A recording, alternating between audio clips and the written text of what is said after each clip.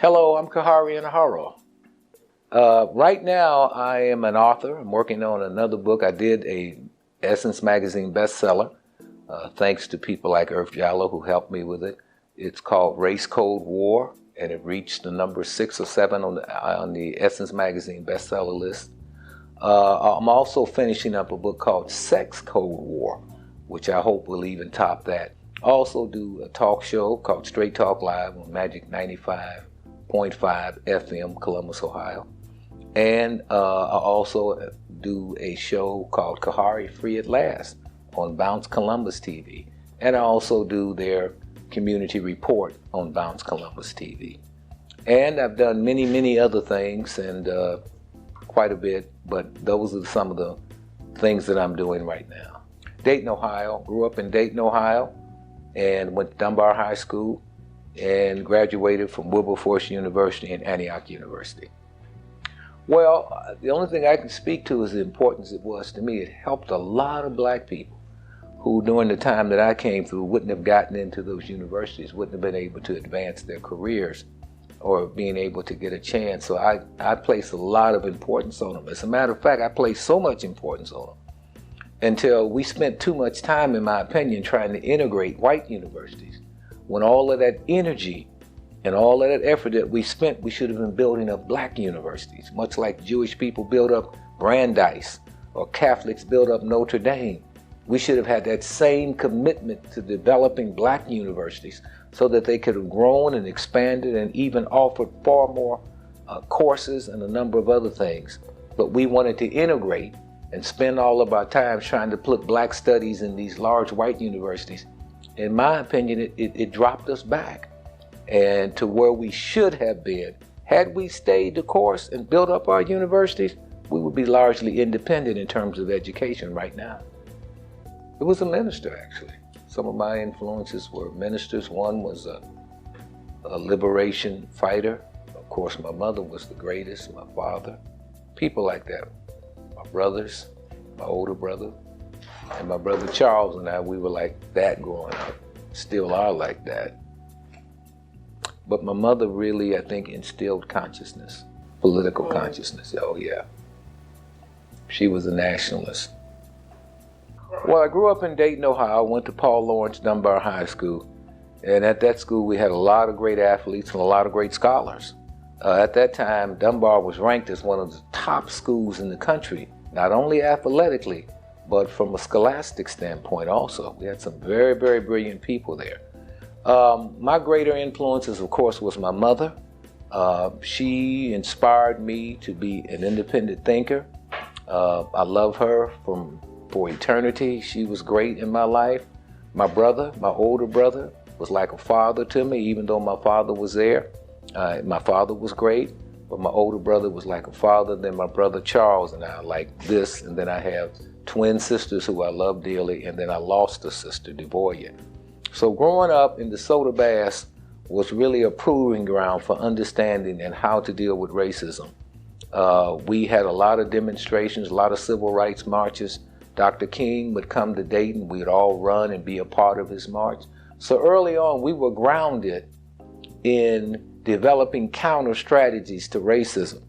And so Dayton, Ohio was very, very, very forward thinking in dealing with a lot of those issues back in that time. It set the stage. It set the stage for my political consciousness. There was a state representative there by the name of C.J. McLean Jr., who I worked pretty closely with as I got older. C.J. was head of the Black Elected Democrats of Ohio. He was a very powerful person, and I set up under him as an intern, and I learned an awful lot about power, about how to make things work for your interests. And that's where I learned self-interest politics. It's all about what you do for self that matters.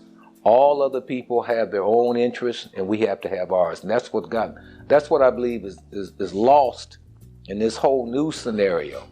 For some reason, everybody, it's okay to be German, it's okay to be Chinese, it's okay to be Iranian, it's okay to be all of these race-based titles, except it's problematic when you stand up for black people. Somehow we're the only ones that cannot have a race-based agenda, or we've been taught to be afraid of it. And that to me that's very disturbing, the trends that I'm seeing, because we are the ones that need it the most. Even on the question of reparations, which I call compensation, means making up for what's missing. Other people are allowed to have it, but when it comes up, well, I just don't think it's the same old game. You want black people on the bottom all over the world, and that's the status that we have. Anywhere you go on this planet, black people on the bottom, and that's no accident. Early years in media started with Model Cities. I was involved with that. I used to host a program on WDAL called the Model Cities Journal. That was my first feel for what it's like to be in media, and I just loved it, and I never missed. And the media to me is very, very powerful. Words are very powerful. Even in the Bible, it says, in the beginning was the Word. So that means words affect thought, speech, and action. And when you get words rolling, that's as great as propaganda is even a greater tool than the actual dropping of the bombs.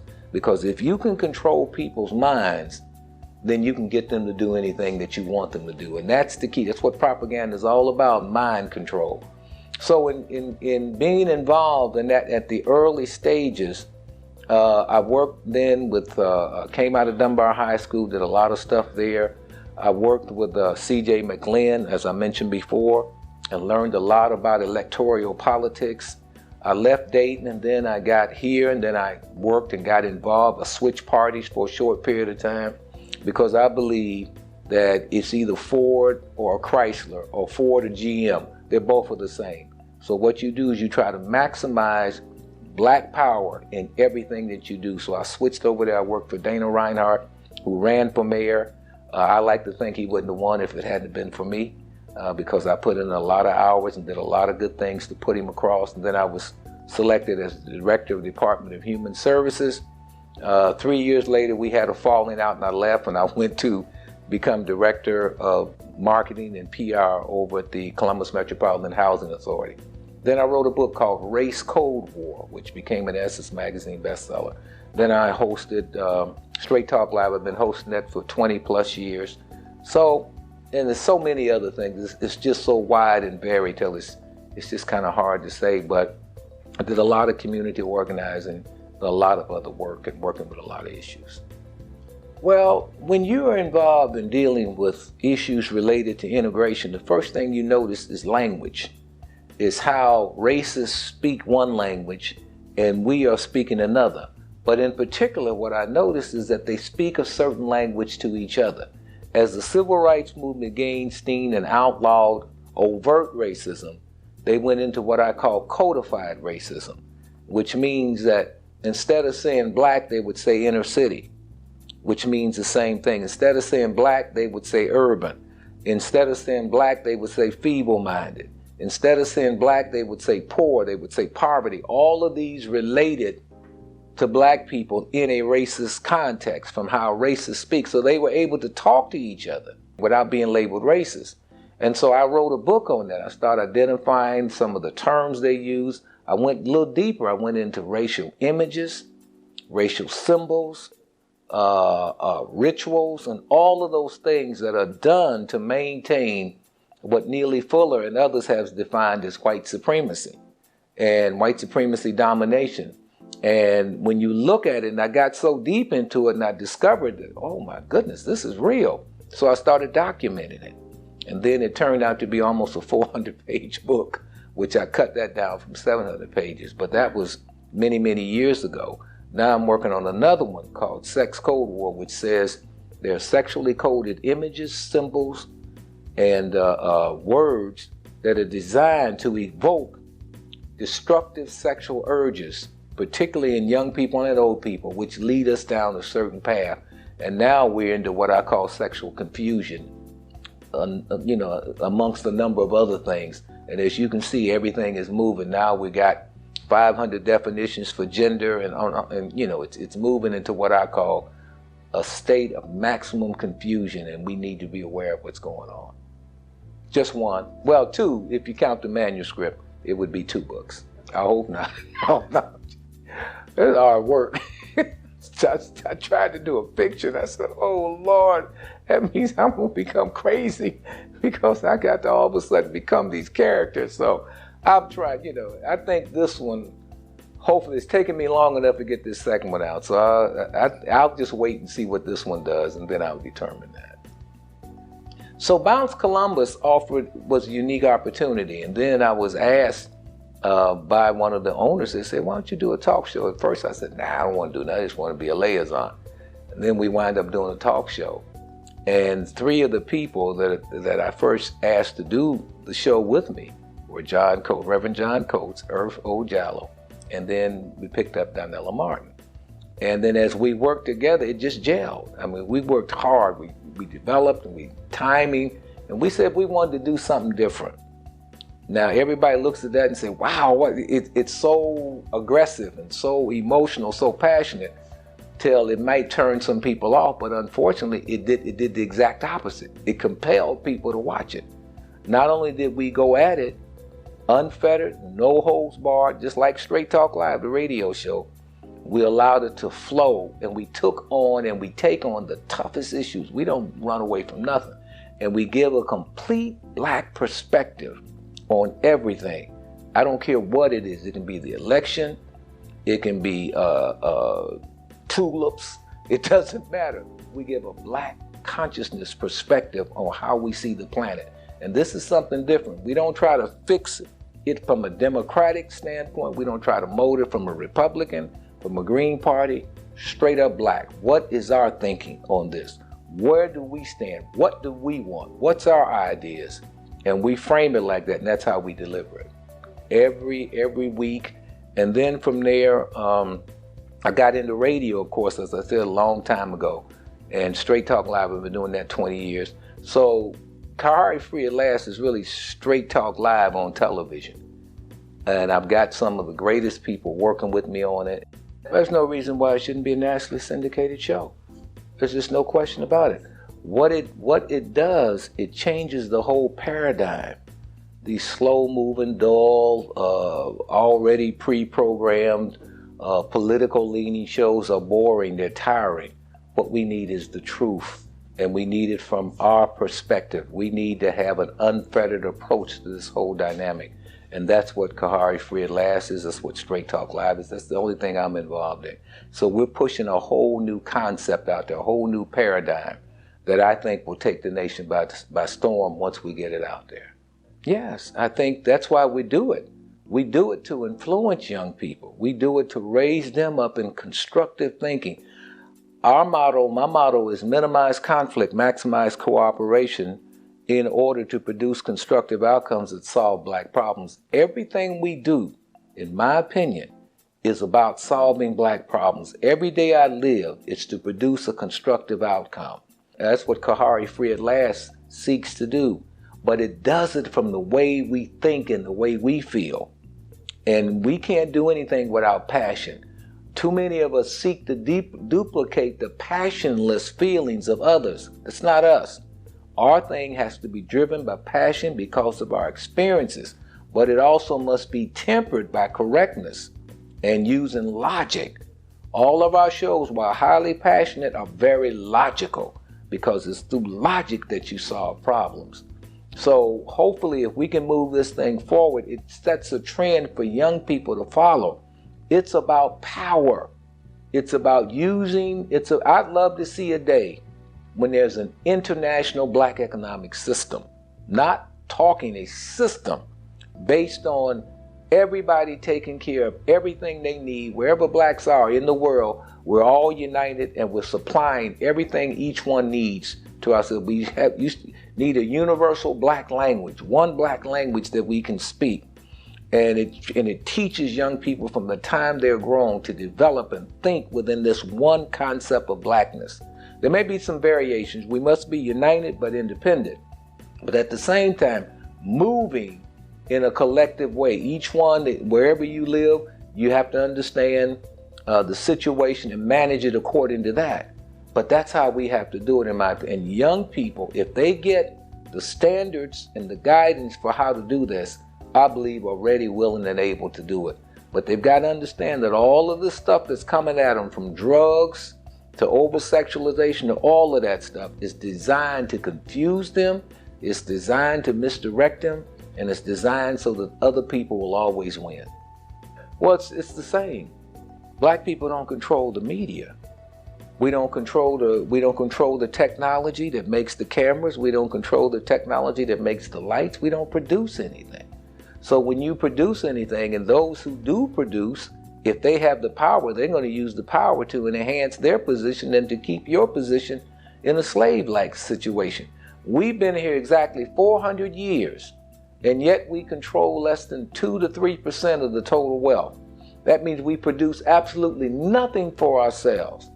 Do you realize that when you are that wholly dependent on another group of people for your survival, that is a slave-like state? Malcolm X had it right. He called it 20th century slavery. Well, it's evolved now to 21st century slavery. Until we can begin to think constructively and logically and begin to organize in a codified manner, we are not going to be able to get control of any media. That means we cannot effectively depict our own images. And that's the key. So whatever direction it's going to move in, technologically speaking, whether it goes to robotics or whatever, it's still going to have that same design to depict us in a manner that's non-constructive and to give us messages that mislead us and misdirect it. That is, if a racist has anything to do with it. If a racist has anything to do with it, that's how the so-called media will continue to function in the future. To produce justice. In everything I do, from the time I wake up in the morning to the time I go to bed, I look to produce justice. Let me give you an indication what I think could be close to justice. If I'm 30% of a population in a community or in a city or in a state, if I don't control and produce, not just control, produce, control, and own 30% of the total wealth, that means at a minimum, if I'm 30% of the population, I ought to be producing 30% of all the cars, or if they're even flying cars. I ought to be able to produce 30% of all the corn, all the oats, all the houses, all the school buildings, everything. Because if I'm producing, if my mind has changed to that degree where I'm a producer, consumer and producer have completely different minds. If I am moving in that direction to produce for myself, then what I'm going to do is that I'm moving closer toward the idea of justice. Because now we got an equitable distribution and an equitable relation. I'm not begging you for a job. If I have any conversation with you, I'm talking about trade. We may have trade issues because you need to buy from me and I need to buy from you. I'm not dependent on you. Our dependency is what keeps us in this condition. It keeps us begging for entry into someone else's thing. Every time we make a move to go in that direction, that source of power is going to try to do everything it can to misdirect you and lead you off into something else. But when you reach those points where you say, if I'm 50% of Atlanta's population, then I need to control 50% of everything from gas pumps to gas, to heating, to cooling, every level of life-giving and life-saving things, I must control it. And if I'm not, then that's an injustice. That's how I weigh justice. And it's still not complete there because I'm saying to go over an additional 30% for at least 40 years to make up for what's missing. Somebody said in order to close the wealth gap between black and white people right now would take 50 years. Now that's an injustice. That's the manifestation. This is what white supremacy produces. Their product is a dependent, dysfunctional population of black people. That's what it's designed to produce. That's why from the time you're born, you get these derogatory images and this derogatory behavior beamed in your mind as justified as something wonderful that you ought to do. That's my idea of producing justice. So we have to work and continuously move toward that equitable distribution. I probably would have done more in the area of economics. I probably would have learned and gone deeper. I once wrote a plan for an international black economic system and it got stolen. And I thought black folks didn't steal paper, so that tells you that who was following me around and who reached and grabbed. I left it in the car to go in and get something. I didn't think that would be a problem. It's just the paper, like 60-page paper. And it threw me off. And once it throws you off, it emotionally affected me. I didn't get back to it until later. I would have worked on that much harder. I would have gone all around the world and made those hookups and pushed relationships through education, through economics, and would have pushed developing products. We have to be product minded. We have to produce in order to survive. But that takes a different mentality. Production takes cooperation. We have to cooperate. Production takes a minimization of conflict. We can't fight with each other. And that's what white supremacy does. It produces conflict between black people so that you can never cooperate to produce. Once you get into production, you get into power. Consumption leads to fatness, production leads to power. And that's what we have to be about unashamedly, is the accumulation of real power. I'm not talking about political by itself, because political without economic is nothing. You can buy a politician every day, and you can buy their silence. Economics is a whole different ballgame, because then I can get some of my strongest people to go out front. They don't have to worry about whether they got life insurance, medical insurance, and a salary. Their families will be taken because we are independently economic developed.